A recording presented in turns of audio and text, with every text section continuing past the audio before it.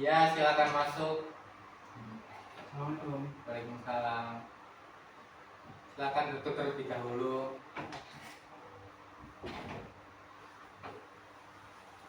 Terima kasih.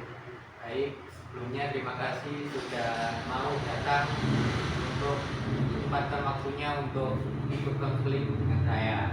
Perkenalkan terlebih dahulu, nama saya Muhammad Bakir Ihsan, sudah dipanggil Kak. Saya dari Universitas Muhammadiyah Gresik. Di sini saya akan melaksanakan konseling sebagai tugas mata kuliah saya. Oke, terus boleh perkenalkan adik namanya siapa? Saya Nofadil Anzuri dari SMA Negeri 1 Babat kelas 3. Oh, baik, terima kasih sudah mau mengenalkan dirinya. Apakah boleh saya panggil dengan nama Mas Nova? Boleh Kak? Oke, baik Mas Nova. Sebelumnya, apakah Mas Nova pernah melakukan konseling seperti ini? Belum pernah Kak. Oke, saya bantu jelasin. Apakah boleh? Oke, jadi konseling kali ini adalah tujuannya saya akan membantu Mas Nova untuk menyelesaikan masalah yang dialami oleh Mas Nova. Jadi di konseling ini ada 3 tahap. Di tahap awal kita akan melakukan perkenalan antara saya dan juga Mas Nova. Di tahap kedua kita akan menceritakan masalah yang dialami oleh Mas Nova. Masalah apa dan bagaimana cara mengatasinya. Di tahap ketiga kita akan menyimpulkan cerita yang sudah kita ceritakan tadi.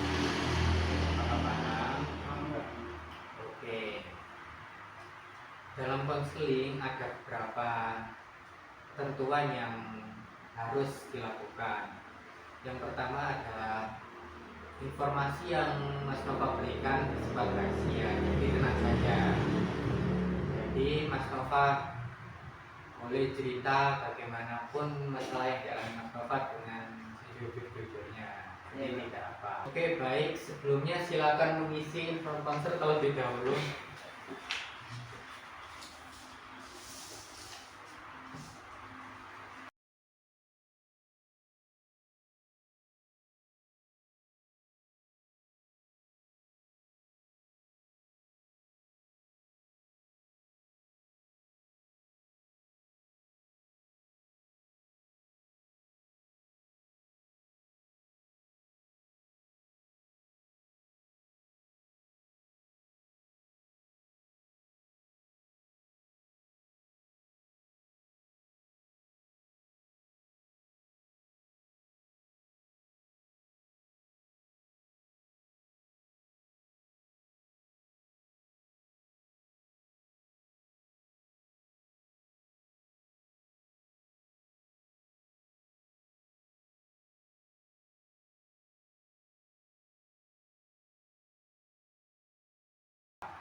Oke. Apakah Mas Nova sudah paham? Enggak. Apakah boleh saya langsung mulai?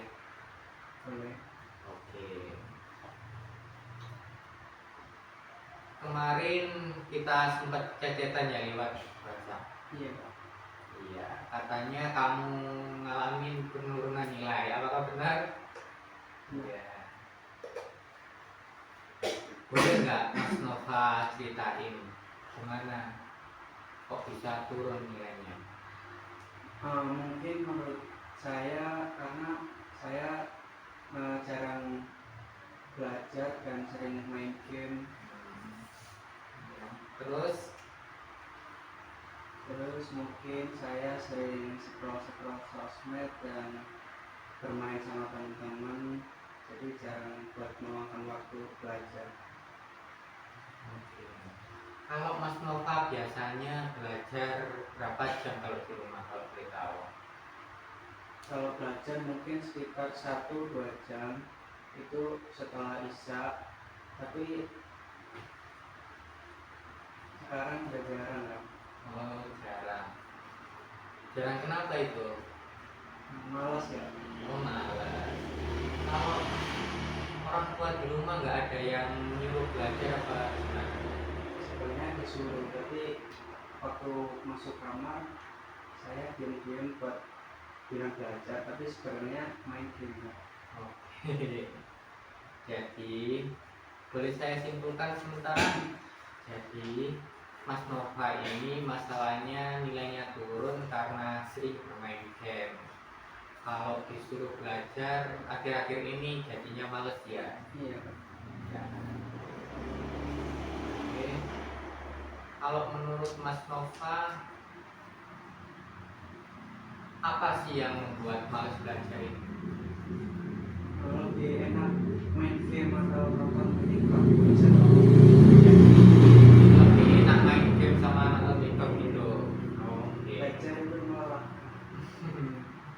Iya, melelahkan juga ya. Terus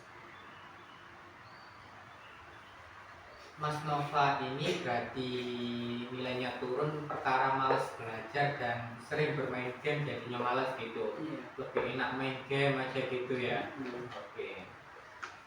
Di sini Mas Nova pengennya kayak gimana kalau nilainya turun gitu? Saya pengennya nilainya naik, tapi tetap bisa main game. Oke. Kalau Mas Nova pikirin itu kayak gimana sih cara terbaik untuk menyelesaikan masalah tersebut? Masih bingung Pak. Oh, masih bingung. Kalau saya bantu mencari caranya mau? Oh, Oke. Jadi kalau menurut saya ini Mas Nova harusnya bisa memanajemen waktu dengan baik. gimana caranya? Oke. Oke. Apakah boleh saya jelaskan tentang manajemen waktu itu? Boleh Pak. Oke. Jadi manajemen waktu adalah kemampuan untuk mengatur dan memanfaatkan waktu sebaik mungkin agar kita bisa menyelesaikan berbagai tugas dan kegiatan dengan efisien tanpa merasa tertekan. Mengapa kok manajemen waktu itu penting? Manajemen waktu itu membantu kita untuk memprioritaskan hal-hal yang lebih penting dan mendesak. Jika kita tidak mengelola dengan waktu dengan baik, maka kita akan merasa kewalahan dan berburu-buru atau bahkan menunda-nunda pekerjaan. Dengan manajemen waktu yang baik, kita bisa menghindari stres dan tetap menikmati waktu luang yang berkualitas. Jadi ada beberapa cara untuk mengatur waktu dengan baik. Yang pertama ada memprioritaskan tugas yang paling penting. Tidak semua kegiatan memiliki urgensi yang sama, maka penting untuk menentukan mana yang harus dikerjakan dulu. Misalnya, jika kamu punya tugas sekolah yang deadline-nya mendekat, itu harus menjadi prioritas di mana setelah tugas selesai, kamu bisa meluangkan waktu dengan kegiatan lain seperti olahraga atau bersantai. Yang kedua, buat jadwal harian. Untuk membantu mengatur waktu dengan baik, cobalah membuat jadwal harian. Jadwal ini akan membantu kamu mendapatkan kapan harus belajar, beristirahat, berolahraga, atau melakukan aktivitas lainnya. Dengan jadwal, kamu bisa melihat waktu luang dan menggunakan waktu tersebut dengan bijak. Sebagai contoh, setelah pulang sekolah kamu bisa membuat jadwal seperti belajar selama 1 jam, lalu olahraga atau bersantai sejenak sebelum melakukan tugas lainnya. Di contoh ketiga, manfaatkan waktu luang. Setiap hari pasti ada waktu luang, seperti saat menunggu teman dalam perjalanan atau di sia-sia waktu. Jangan biarkan waktu itu terbuang sia-sia. Kamu bisa memanfaatkannya untuk membaca materi pelajaran atau merencanakan tugas atau sekedar beristirahat sejenak. Di tahap nomor 4, belajar mengatakan tidak. Sebagai remaja, kamu pasti sering ditawari untuk ikut berbagai kegiatan. Contohnya tadi kamu bilang sering nongkrong dengan teman. Iya. Jadi kamu harus berkata tidak dengan sopan. Misalnya, aku punya tugas sekolah, jadi kalau ada waktu luang aku baru bisa ikut. Apakah sudah paham? Paham. Oke. Sekarang coba sampean jelasin apa tadi yang sampean dapat dari penjelasan tersebut. Jadi kita disuruh buat manajemen waktu dengan menjadwalkan semua kegiatan yang akan dilakukan dan untuk mengatakan tidak kepada teman-teman yang mengajak kita untuk nongkrong jika ada tugas yang mendesak. Oke, baik sekali kamu sudah paham dan mampu menjelaskan tentang apa itu manajemen waktu. Jadi, di sini kita akan melakukan sebuah kontrak perilaku. Apa itu, Pak? Saya di sini akan menggunakan metode kontrak perilaku untuk membantu masalah yang dialami oleh Mas Nova. Apakah Mas Nova pernah mendengar apa itu kontrak perilaku? Enggak pernah. Apa itu? Boleh saya jelaskan? Boleh. Oke. Kontrak perilaku adalah sebuah kesepakatan antara saya dan Mas Nova mengenai bagaimana Mas Nova bertindak yang disepakati dalam sebuah tulisan atau surat yang sudah ditandatangani oleh saya dan Mas Nova. Jadi apa sih tujuan dari kontrak perilaku tersebut? Jadi ada aturan yang harus diikuti dalam kontrak perilaku. Biasanya ada aturan-aturan tertentu yang harus diikuti. Misalnya kita harus bicara dengan menghargai pendapat orang lain dan tidak melakukan tindakan yang merugikan orang lain. Tanggung jawab dan kewajiban. Setiap orang yang membuat kontrak perilaku akan memiliki tanggung jawab mengikuti aturan yang disepakati. Jika semua orang menjalankan dengan baik, maka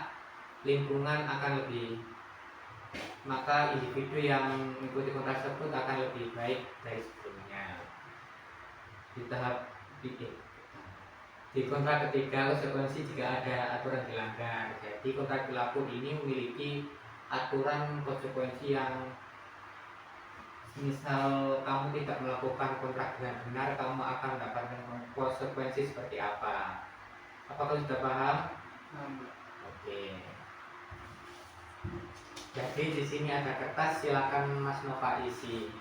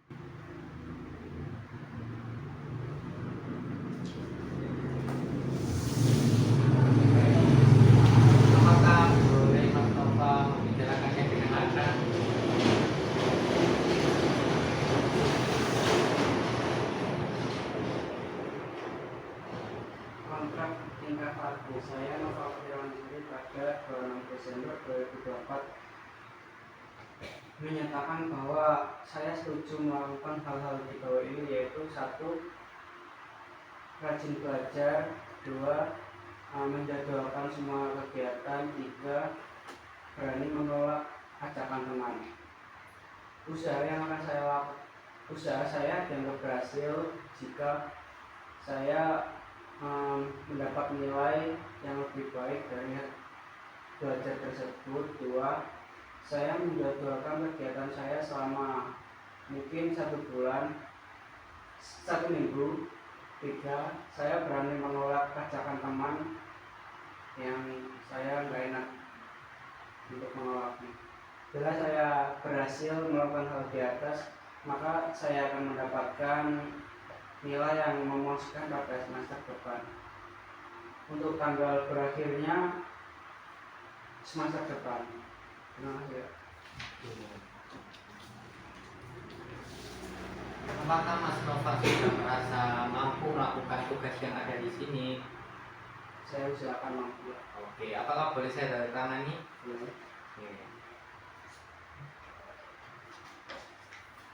Oke, jadi setelah kita melakukan kontrak tersebut, jadi kedepannya akan saya usahakan bisa memantau Mas Nova dengan baik. Pas Mas Nova sepakat? Sepakat. Oke.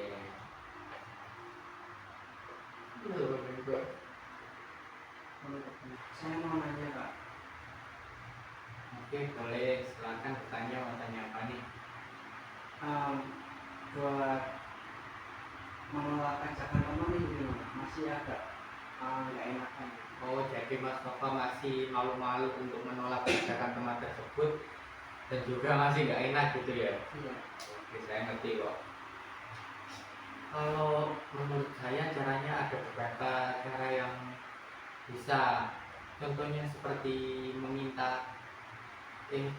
seperti memberikan alasan-alasan kalau saya itu nggak bisa, soalnya saya ada kegiatan gitu. Apakah pernah Mas Nova coba berbicara seperti itu? Pernah, Pak. Tapi terus teman saya malah bohong gitu katanya. Tidak kemanfaatan. Oh, jadi gitu. Kalau Mas Nova merasa nggak enak, bisa dicoba seperti, oh iya. Kalau di kelas Mas Nova teman akrabnya kalau boleh tahu berapa? Itu malah akrab semua. Oh, akrab semua berarti ya. Terus kalau yang ngajak main gitu berapa orang?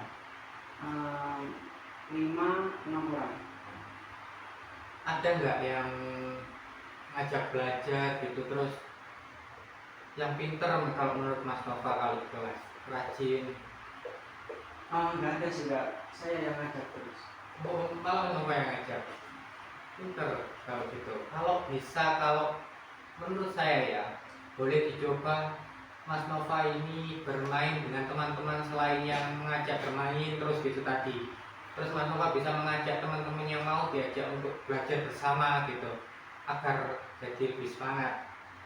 Ada waktunya untuk teman-teman yang ngajak bermain tadi, itu ada waktunya, tapi Mas Nova harus bisa menolak tindakan tersebut. Apakah Mas Nova bisa? Merasa bisa? Untuk itu saya merasa agak susah juga, soalnya teman yang ngajak main itu asik gitu. Dibanding teman yang ngajak belajar itu boring gitu, nggak seru. Ya, kalau begitu Mas Nova merasa asik kalau diajak main-main gitu terus kan? Iya, Pak. Kalau boleh dicoba dengan cara temannya itu diajak belajar juga yang main-main. Gimana, pernah dicoba atau belum? Pernah dicoba, ya gitu, orangnya Nggak mau berarti. Kalau menurut saya sih seperti tadi, dicoba dulu kok. Kalau mau Mas Novanya berubah, kalau enggak ya nggak apa-apa, main-main aja. Kalau menurut saya lebih baik seperti itu. iya, Pak. Dicoba dulu. Oke, baik, dicoba. Apakah ada lagi yang ditanyakan? Untuk menjadwalkan kegiatannya agar lebih termanage itu gimana? Oh, kalau untuk menjadwalkan kegiatannya, Mas Nova bisa membuat apa saja yang Mas Nova lakukan di list dulu kan? Apa saja yang saya lakukan hari ini? Contohnya membuat diary harian saya melakukan apa aja hari ini. Kalau sudah, Mas Nova pilih-pilih mana aja kegiatan yang mungkin bisa keteragakan dan membuat Mas Nova ini kurang belajarnya, itu bisa. Kalau semisal tadi Mas Nova bilang sering bermain dengan temen, terus sering scroll TikTok sama main game, kan itu jamnya lebih dari 1 jam mungkin ya. Iya. Itu bisa diminimaliskan. Kayak aku akan bermain game hari ini kayak 30 menitan aja, terus scroll TikTok 10 menitan, dan main sama teman itu setiap malam minggu atau kalau liburan aja. Apakah Mas Nova bisa melakukan hal seperti itu? Untuk menjadwalkan belajarnya gimana? Kan tadi sudah menjadwalkan seperti bermain game kapan, itu kapan. Kalau belajarnya mungkin di waktu-waktu luang Mas Nova bisa menggunakan untuk belajar tersebut. Kalau misal merasa bosen belajar terus, Mas Nova bisa berhenti sejenak main, bukan main game sih, kayak scroll IG boleh 10 menitan gitu, terus lanjut belajar lagi. Apakah Mas Nova paham? Terus apa lagi? Kemana? Jadwal, ajarkan, belajar terus, akan terus. Kalau sudah nggak ada yang ditanyakan, apakah boleh saya menyimpulkan apa yang sudah saya ceritakan, yang sudah kami ceritakan tadi? Jadi tadi kan Mas Nova punya masalah tentang nilai yang turun akibat sering bermain dan sering scroll TikTok dan bermain game. Tadi kan kita buat kesepakatan tentang kontrak perilaku ya. Terus kita juga sudah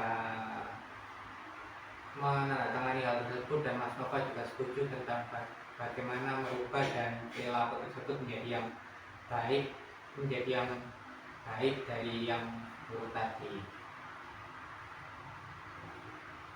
Terus menurut Mas Nova, apa sih yang sudah didapat dari cerita tersebut? Dari cerita kita tadi saya lebih terarah gitu Kak, untuk meningkatkan nilai saya. Oke.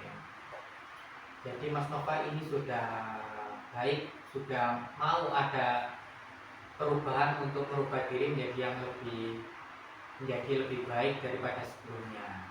Saya salut dengan perilaku Mas Nova ini. Jadi kalau besok-besok semisal ada masalah atau apalagi, Mas Nova boleh cerita ke saya, boleh datang ke saya. Oke? Cerita masalah yang lain boleh? Boleh banget. Terima kasih. Oke. Sebelumnya terima kasih sudah datang dalam acara counseling tersebut.